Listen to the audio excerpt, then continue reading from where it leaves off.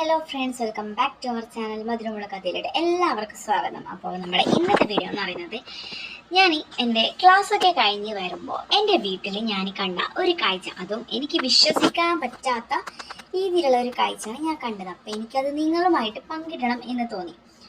അപ്പോൾ എന്നെയും എൻ്റെ ചാനലും എൻ്റെ വീഡിയോസും ഇഷ്ടപ്പെട്ടവർ തീർച്ചയായും ലൈക്ക് ചെയ്യാനും ഷെയർ ചെയ്യാനും സബ്സ്ക്രൈബ് ചെയ്യാനും മറക്കരുത്. അപ്പോൾ ഇതുപോലുള്ള കഥകൾ ഇഷ്ടപ്പെട്ടാൽ തീർച്ചയായിട്ടും ചാനൽ സബ്സ്ക്രൈബ് ചെയ്യാൻ മറക്കരുത്. എൻ്റെ ഈ വീഡിയോസ് ഇഷ്ടപ്പെട്ടാൽ തീർച്ചയായിട്ടും ലൈക്ക് ചെയ്യാൻ മറക്കരുത്. നമുക്ക് നേരെ കഥയിലോട്ട് കിടക്കാം. അത് നമ്മുടെ ഇന്നത്തെ കഥ എന്ന് പറയുന്നത്, ഞാൻ ക്ലാസ്സൊക്കെ കഴിഞ്ഞ് ഒരു 6 മണിയാവും എപ്പോഴും വീട്ടിലെത്താൻ വേണ്ടി. അങ്ങനെ ഞാൻ ഒരു 6 മണിക്ക് നല്ല ഇരുട്ടും നല്ല മൂടായിരുന്നു. അതായത് കാലാവസ്ഥ എന്ന് പറയുന്നത് നല്ല ആകാശത്തിലെ നല്ല ഇരുട് പൊടി നല്ല മഴ പെയ്യാനായിട്ടുള്ള ഒരു സന്ധ്യാസമയം. ആ സമയത്ത് ഞാൻ സ്കൂളിൽ നിന്ന് വരുന്ന ടൈം അല്ലെങ്കിൽ ഞാൻ സോഡ സ്ഥലത്താണ് കുടിക്കാറുണ്ടായിരുന്നത്. കാരണം നല്ല തളർച്ച ഉണ്ടാവും. ഇന്ന് നല്ലൊരു ഉന്മേഷമായത് കൊണ്ട് തന്നെ ആ ഒരു മൂടം കണ്ടിട്ട് എനിക്കൊരു കോൺ ഐസ്ക്രീമാണ് തിന്നാൻ തോന്നിയത്. അങ്ങനെ അടുത്തുള്ള കടയിൽ നിന്നും ഞാനൊരു കോൺ ഐസ്ക്രീമും കൊടുത്തു. എത്ര ക്യാഷാണെന്ന് ചോദിച്ചപ്പോൾ 25 രൂപ എന്ന് പറഞ്ഞു. ആ 25 രൂപ കൊടുത്ത് ആ 25 രൂപ ഞാൻ കൊടുത്തു.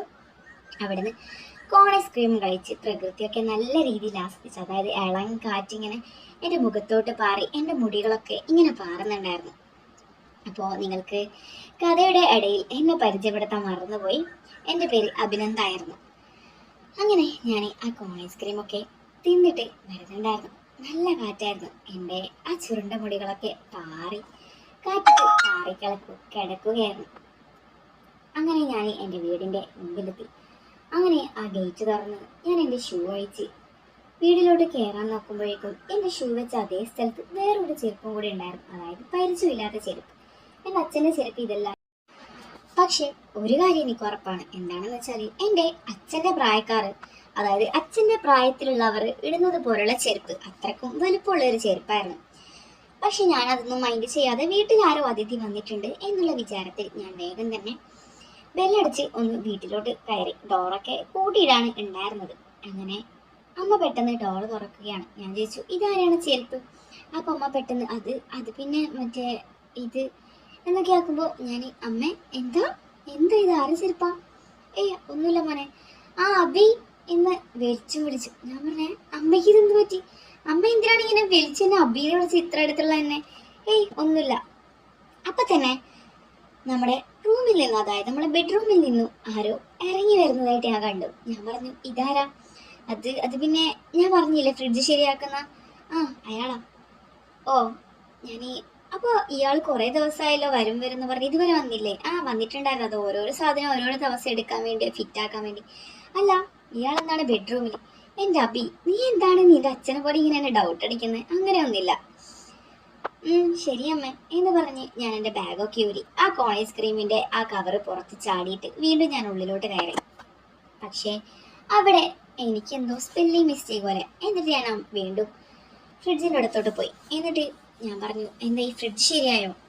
ഫ്രിഡ്ജ് ശരിയായി എന്ന് അയാൾ എനിക്ക് മറുപടി തന്നു. അങ്ങനെ ഞാൻ അമ്മയോട് ചോദിച്ചു, അയാൾ എന്തിനാണ് ബെഡ്റൂമിൽ കയറി അമ്മേ? ഇനി വല്ല മോഷ്ടിച്ചോ? അങ്ങനെയൊന്നുമില്ല. അദ്ദേഹം ഒരു ഗ്യാസ്, അതായത് റൂമിൽ ഓരോ ടെമ്പറേച്ചർ ഉണ്ടോ എന്നറിയാൻ വേണ്ടി കയറിയതാണ്. അങ്ങനെ എന്തോ ഉണ്ടെന്നാണ് ഇയാൾ പറഞ്ഞത്. എനിക്ക് നേരെ അറിയത്തില്ല. അപ്പൊ തന്നെയാണ് നീ വന്നത്. അതുകൊണ്ട് ഞാൻ ഡോറ് തുറന്നു. അത് ഞാൻ പറഞ്ഞു, അമ്മ കുളിച്ചില്ലേ? അല്ല, ഞാൻ എന്തിനാ കുളിക്കുന്നത്? അല്ല, അമ്മ ഡോറ് തുറക്കുന്ന ടൈം അമ്മയുടെ ഷോൾഡറിലാണ് ഒരു തോർത്ത് കണ്ടിട്ടുണ്ടായിരുന്നു, അതുകൊണ്ട് ചോദിച്ചതാ. അത് അമ്മ വീണ്ടും ഉരുണ്ടി പോവുകയാണ്. അമ്മയ്ക്ക് എന്ത് പറയണം എന്ന് പോലും അറിയുന്നില്ല. അമ്മ പറഞ്ഞു, അത് പിന്നെ ഫ്രിഡ്ജ് ശരിയാക്കുമ്പോൾ അതിന് ക്ലീൻ ചെയ്യാൻ വേണ്ടിയിട്ടാണ് ആ തോർത്ത്.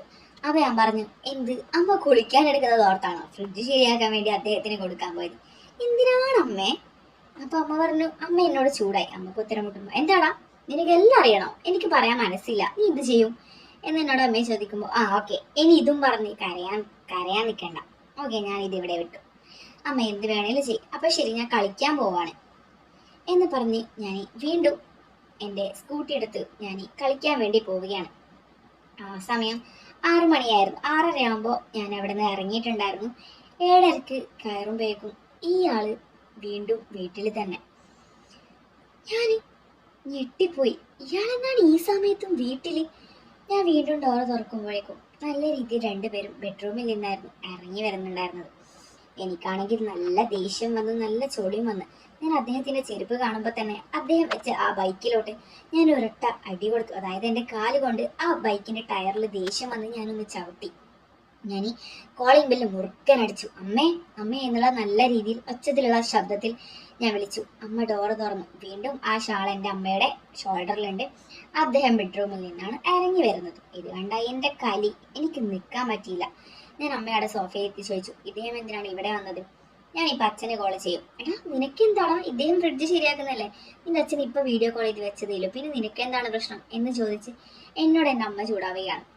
അങ്ങനെ അദ്ദേഹത്തോടെ ഞാൻ പറഞ്ഞു, ഇനി മതി, ഫ്രിഡ്ജൊക്കെ ശരിയാക്കിയത് മതി, ഇപ്പൊ ഇറങ്ങിപ്പോത്താന്ന് പറഞ്ഞിട്ട് ഞാൻ അദ്ദേഹത്തെ എൻ്റെ വീട്ടിൽ നിന്നും ഇറക്കി വിടുകയാണ്. അങ്ങനെ അദ്ദേഹം ബൈക്കെടുത്ത് അദ്ദേഹത്തിന്റെ സാധനങ്ങളും ഒക്കെ തന്നെ അവിടെ ബാക്കി വെച്ച് അദ്ദേഹം പോവുകയാണ്. അപ്പോൾ അങ്ങനെ ഞാൻ അതൊക്കെ ചിന്തിച്ച് അന്ന് അവിടെ വിട്ട് ഞാൻ കിടന്നുറങ്ങി. പിറ്റേ ദിവസം അമ്മ പറഞ്ഞു, നീ സ്കൂളിൽ പോകുന്നില്ലേ? ഞാൻ പറഞ്ഞു. അപ്പൊ അമ്മയുടെ മുഖം നോക്കി ഞാൻ പറഞ്ഞു, ഞാൻ ഇന്ന് സ്കൂളിൽ പോകുന്നില്ല. എന്താ? അമ്മ പറഞ്ഞു, എനിക്കെന്ത് പ്രശ്നം, നീ ഇന്ന് സ്കൂളിൽ പോകുന്നില്ല, അങ്ങ് പോവണ്ട. അദ്ദേഹത്തെ ഇന്ന് ഫ്രിഡ്ജ് ശരിയാക്കുന്ന അദ്ദേഹത്തെ വിളിക്കും, നമുക്ക് ഇന്ന് തന്നെ എല്ലാം സെറ്റാക്കാം, ഇനി അദ്ദേഹം വരേണ്ട ആവശ്യമില്ല എന്നൊക്കെ പറഞ്ഞ് അമ്മ ഓക്കെ എന്ന് പറയുമ്പോൾ എനിക്കൊരു ഡൗട്ട്. ഞാൻ വിചാരിച്ചു ഇന്ന് സ്കൂളിൽ പോകുന്ന രീതിയിലാക്കാം. അങ്ങനെ ഞാൻ ഇന്ന് സ്കൂളിൽ പോകുന്നു എന്ന് പറഞ്ഞ് ഞാൻ യൂണിഫോമൊക്കെ ഇട്ട് റെഡി ആയിട്ട് എൻ്റെ ചെരുപ്പ് മാറ്റി വെച്ച് ഞാൻ നമ്മുടെ വീടിനുള്ളിൽ റൂമിൽ കട്ടിനടിയിൽ ഒളിച്ചു നിൽക്കുകയാണ്. പെട്ടെന്നായിരുന്നു അദ്ദേഹത്തിന്റെ വരവ്. എന്താടി അഭി പോയോ? ഒരു വിധത്തിലാ, അവൻ പോകുന്നില്ല എന്നൊക്കെ പറഞ്ഞ് അവന് പെട്ടെന്ന് പോയി. എന്തു പറ്റിയെന്നറിയില്ല.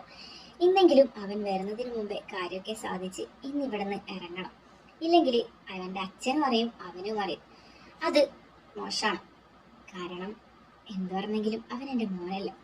അവന് സഹിക്കാൻ പറ്റത്തില്ല ഇക്കാര്യമൊന്നും. അവൻ എന്തായാലും അച്ഛനോട് പറയുന്നില്ല, എന്നാലും ഒരു പേടി.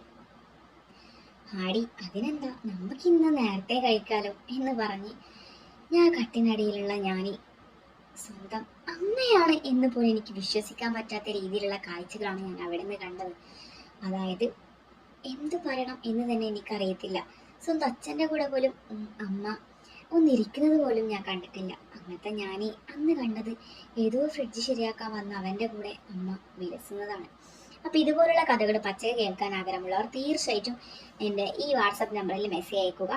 അപ്പോൾ അതിലെനിക്ക് മെസ്സേജ് ഞാൻ നിങ്ങളൊരു ഗ്രൂപ്പിൽ ജോയിൻ ചെയ്യും. ഫ്രീ ആയിട്ടുള്ള ഗ്രൂപ്പല്ല, 500 പേ ചെയ്യണം, എന്നാൽ മാത്രമേ ആ ഗ്രൂപ്പിൽ ഞാൻ നിങ്ങളെ ജോയിൻ ചെയ്യും. അതിൽ video call, videos, photos, callings, chattings എല്ലാം തന്നെയുണ്ട്. അതിൽ കയറിയാൽ സാധനം അതായിരുന്നു അതിൻ്റെ ഒരു പ്രത്യേകത. അതായത് ഇന്നലെ ഗ്രൂപ്പിലുള്ള എല്ലാവരും നല്ല രീതിയിൽ ഉറങ്ങിയിട്ടുണ്ടായിരുന്നു. നല്ല രീതിയിൽ സുഖം കൊടുക്കുന്ന ഒരു ഗ്രൂപ്പാണ്. ഇതിനെക്കുറിച്ച് കൂടുതൽ അറിയാൻ ഞാൻ അതിൻ്റെ ഒരു വീഡിയോ ഇട്ടിട്ടുണ്ട്. അപ്പോൾ അത് തീർച്ചയായിട്ടും കാണാൻ ശ്രമിക്കുക. അപ്പോൾ ഇനിയൊരു വീഡിയോ ആയിട്ട് വരുന്നതായിരിക്കും. Bye bye. അപ്പോൾ ഈ വീഡിയോസ് തീർച്ചയായിട്ടും ലൈക്ക് ചെയ്യാൻ മറക്കരുത്. ഇഷ്ടപ്പെട്ടാൽ എന്തായാലും ലൈക്ക് ചെയ്യണം. വാട്സപ്പിൽ ജോയിൻ ചെയ്യാൻ ആഗ്രഹമുള്ളവർ തീർച്ചയായിട്ടും മെസ്സേജ് അയക്കുക. നിങ്ങൾക്ക് വേണ്ട സുഖം ഞാൻ തരുന്നതായിരിക്കും.